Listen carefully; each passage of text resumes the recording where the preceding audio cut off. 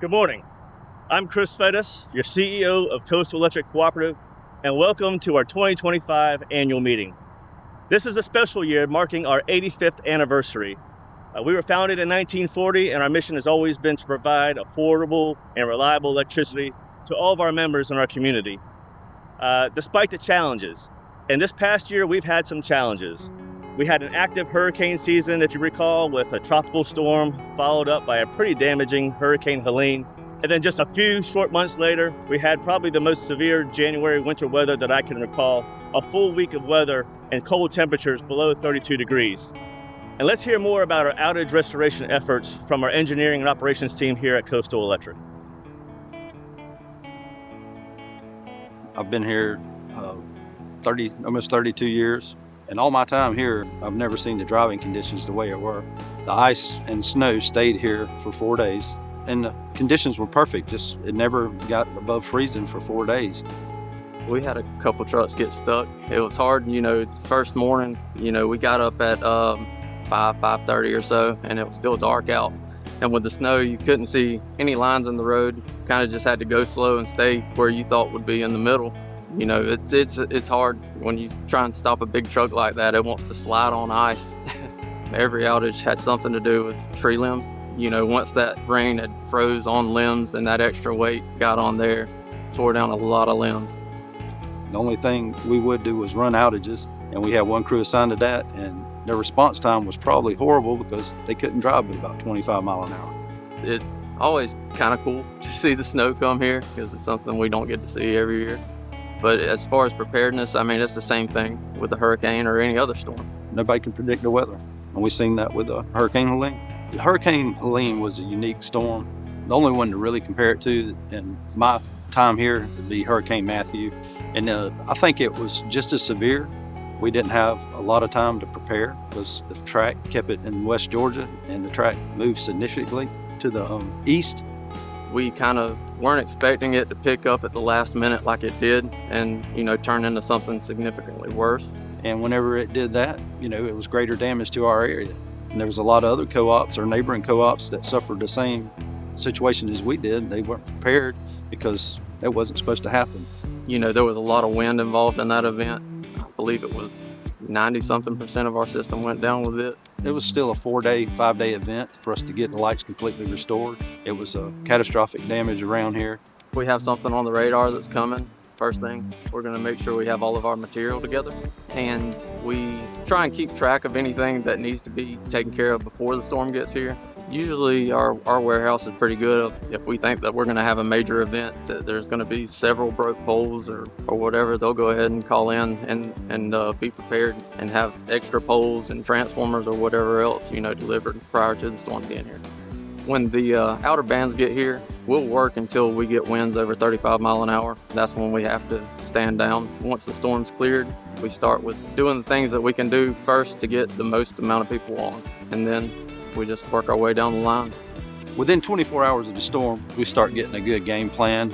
We know whether it's going to be, a storm that's going to require us to bring in a bunch of crews or if we can handle it. So we have our OMS is a wonderful tool. We can tell what areas are out. We have a board in operations where we write down what crew is there, what contract crew, whoever we have there. So we just assign another bird dog to that crew and get them in an area that hasn't been looked at yet, get them to start working. And it also lets us know how long our restoration effort may be. If it's a small storm and we have to work it with our crews, it's normally overnight maybe into the next day. But, if we have to bring in crews, it could be a week or better. So when we have storms here, once we have everything cleared on our end in our town and our system, once we have the go-ahead, we'll move to the next place. If someone else still needs help, we're good to go down there and give them a hand. I think that they just need to know that we do everything to try to make our membership happy and to give them what they need. I'm very committed. I've always been loyal. I really love the cooperative. I love all the guys that's here. I wouldn't trade them for anything else in the world. I will say I lost 2 of our employees this past year. It's like losing a brother. It's hurt me. It still hurts me to this day, and I still thank them to this day. We're a family. That's as blunt as you can put it. Going out of town and helping major disasters. Several years ago, we went to Louisiana, and you show up to a place and there's 500 other people like you doing the same thing you're doing. To go out there and make that kind of difference, and just simply riding down the road and people are just out in their yards waving and honking horns and, you know, excited to see you there makes you feel good inside. It's an awesome feeling. You know, to be able to help somebody who needs it, be there for your community, know that you make a difference, it means a lot.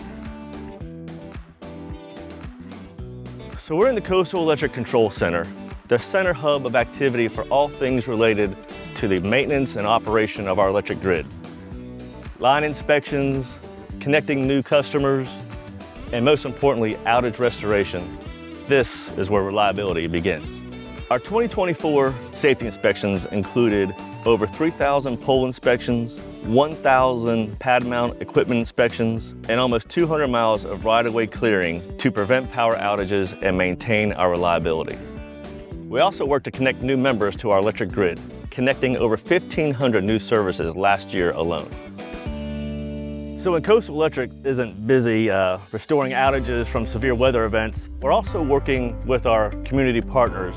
Many times you'll hear us say that our business is electricity, but our mission is community development. And one of our significant partners here in Bryan County is the Development Authority of Bryan County. And I'm sitting here with the CEO, Ryan Purvis, and we've been working over the years on a variety of projects. Tell us what's going on with the Development Authority today. Well, thank you for having me, Chris. We cannot do what we do without great partners like Coastal Electric. You guys really step up to the plate and set yourself apart. So when we're trying to invite industry to this area, speed to market is crucial. So we often work hand in hand with you guys to make sure that the utility needs are met. You guys are on a lot of our site visits with us, with prospects. We view you guys as a crucial partner with us. And really, industry does not happen without you guys doing what you do. So we appreciate that. Our mission at the Development Authority of Bryan County is really very simple. We want to provide a diverse industry base where any child in high school has the opportunity to stay in Bryan County regardless of what their career path is. And that's only possible if we have a diverse industry. Now, we can't do any of that without you guys coming in and supporting us from the utility side. Yeah, many times that in the planning phase, it's years in advance before the development actually starts becoming brick and mortar. And the infrastructure has to be there first. We don't want a large opportunity or prospect to have to wait on Coastal Electric. So that infrastructure is leading the development. Just as we have a new substation on Belfast, 100 megawatt substation, and it's there to help you have that industry without any limitations to electricity or energy needs. That's a good point. And honestly, from prospects, the first question they ask is, do we have the power? And our ability in Bryan County to say not only do we have the power, but we have it today, really sets us apart, and I think gives us an advantage that most communities don't have. And as we've seen a lot of new business and industry come to the area, we've also noticed that they're bringing more technical jobs to our area. And a lot of those technical jobs need more than just electricity. They need reliable communications too. And the gigabit network speeds, Coastal Electric also has a subsidiary, Coastal Fiber. And we're bringing fiber to all of our meters in Liberty County and Bryan County. We can offer that to the industry as well. Tell us about what you see on the industry needs. Bryan County as a whole, we have a history of innovation. You know, from Henry Ford to Hyundai and the state-of-the-art facility there, you can't entice state-of-the-art industries without having state-of-the-art utilities. You know, with these high-speed communications, our first mission with Coastal Fiber was to really bring that high-speed internet to unserved areas. And you have unserved and you have underserved. And now that we've accomplished that mission, they now have gigabit opportunities. We're now reaching out to the new developments, so we could be, you know, the first option of service. We're reaching out to those industrial parks. So much today is in the cloud, and you have to have even more than one connection to the cloud. You have to have multiple connections and high-speed connections at that. So Ron, you mentioned growth. You know, for the last 10, 20 years, Coastal Electric has been seeing residential growth upon residential growth, development upon development. But I would say in these last 5 to 10 years, we've been seeing something different. You know, we've been seeing some industrial growth, commercial growth, job opportunities. Tell us what you're seeing and what your outlook is for our area. What we are seeing is that 8 to 10 years ago. Most people came to Bryan County knowing that they would live here, probably educate their kids here, but then they were going to have to travel outside the county for work. And thanks to you and your team, you guys have been a big part in providing opportunities locally for folks to stay here. We no longer have to travel outside of Bryan County. From the manufacturing sector to other industries, now we have opportunities to stay home. Chris, I think these are all the little things that really set us apart as a community from other communities. Yeah, and I think it's that coordination of working together so that we can not just understand the needs of today, but anticipate the needs of tomorrow. That's why, we really value this relationship between the Development Authority and Coastal Electric, so that you're in tune with new industry and we're in tune with the technologies that we can provide to the community. Well, I appreciate that, and I'll tell you, one of the things that we love about Coastal Electric is the fact that you guys are people-centered. It's about the people first. We see that. We see that on your social media. We see that in PR. We see that in how you guys communicate to the public. We're glad to be a partner with you. So many of you know that Coastal Electric Cooperative operates as a not-for-profit corporation. And what that means to each of our members, after all the investments are made, we also allocate our revenues and margins to a patronage account. And last year, we were able to return $2.6 million of patronage capital back to our members. And that brings our total of over $20 million that have been returned to our members in the history of Coastal Electric Cooperative. So another way that Coastal Electric Cooperative gives back to its community is through the Coastal Electric Cooperative Foundation, by providing grants for organizations that help the youth and young children in our community. I have with me today Gene Wilsterman from the First Readers of McIntosh County. Gene, tell me a little bit about this organization. We are a nonprofit that mails books to children from birth to age 5, and in this way they have books in their homes so that their parents can start reading to them. So we send the books along with a piece for the parents that helps them use these books with the children to read to them and help them learn their colors, their numbers, all those important things. And so this organization was put together in, 1999, I believe? Yes, in Madison, Georgia, because they didn't have the workforce readily available. It was causing problems with development in Madison, Georgia, and they realized it started back with the children not being prepared for school. They say that a child's brain is 85% developed by age 3. So I see you do so much for the children. Is there any help for the parents that are receiving these books? Absolutely. First Readers believes that the parent is the child's first teacher and most important teacher. And along with every book that's mailed to the children is our Leap Into Books leaflet for the parents, and it helps them use the book to teach their child. How many families are we impacting right now in McIntosh County? Right now, we're serving a little over 300, but since we've received the grant money from Coastal Electric, we have signed up over 50 more children. And our goal is to have every child in McIntosh County receiving the books at home before they go to school. And many times I've heard stories of children just being excited to receive something in the mail. A package is coming for them. Absolutely. The books are addressed to the child and they receive them every month. And like you said, it is exciting for them to get a gift in the mail and a colorful, beautiful book that they can be read to. Most of the parents tell me the minute the book arrives, the child wants to sit down and read it. All the money we raise goes directly to the children in our county.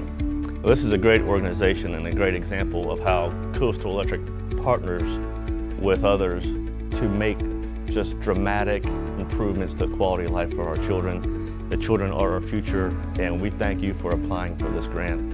And we're great to see that this money is being put to the best use possible. Thank you, and it is. It's so important. These are your future customers. This is the future of McIntosh County and coastal Georgia. All of Coastal Electric Cooperative's work is made possible by you, our members, and some of the most impactful work for our community happens as a result of your donations to the Coastal Electric Cooperative Foundation. When our members allow us to round up their electric bill through Operation Roundup, those pennies, nickels, and dimes are pooled together and invested back into our community to assist with food, health, safety, education, and shelter needs of the citizens in our counties served by Coastal Electric Cooperative. Last year, members contributed approximately $100,000 to be reinvested in our community programs. For over 20 years, we have offered Bright Ideas education grants to teachers in kindergarten through 12th grade classrooms across our electric service territory, providing funding for innovative classroom-based projects that might otherwise not be possible. In 2024, over $42,000 in Bright Idea grants were awarded to local educators. And we didn't forget about the principals either. They received $24,000 to use towards the well-being of students and faculty. And for the students, Coastal Electric Cooperative Foundation awarded over $144,000 in scholarships so that they could go on and continue their education and pursue higher academic achievements. And then we have another great program for the students in our community. It's called the Washington Youth Tour. Every summer, our Washington Youth Tour offers rising high school seniors, along with hundreds of their peers from across the state and across the country, to have an incredible week in our nation's capital. The tour is a fast-paced leadership opportunity to meet with their legislators and see what makes America tick. The Coastal Electric Cooperative Foundation will always be a strong supporter for education opportunities for the students in our community, particularly with science, technology, engineering, and math skills for these students. We've been supplying electric vehicle kits for the students to get hands-on experience with what makes an electric vehicle car run. And Green Power USA has been a great partner assisting Coastal Electric by hosting electric vehicle rallies where the students not only just race their cars, but they learn and compete with one another. Coastal Electric Cooperative and our foundation will always be here to support our community now and into the future. And what a better way to prepare for the future than to join us in the 2025 annual meeting.